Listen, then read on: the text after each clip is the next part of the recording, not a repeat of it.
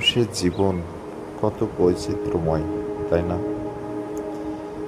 আমি এখন সুন্দরবনের কাছে আছি। এখানে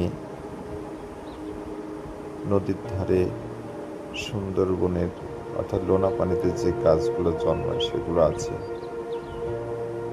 এখানে জেলেরা যে নৌকায় মাছ ধরে সেইগুলা এখানে রয়েছে।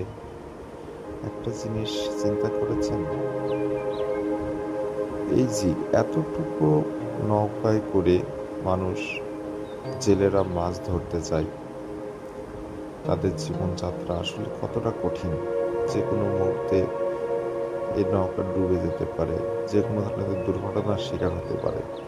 তারপরেও জীবন নির্বাহের জন্য তারা এই ছোট নৌকায় করেই মাছ শিকার করতে যায়। এখানে একটা ঘাট দেখছি।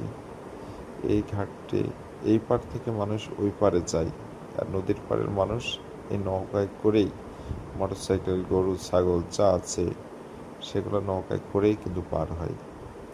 এগুলো মাছ ধরার জন্য ব্যবহৃত নৌকা। আসলে পুরুষ মানুষের জীবনটা অনেক কঠিন।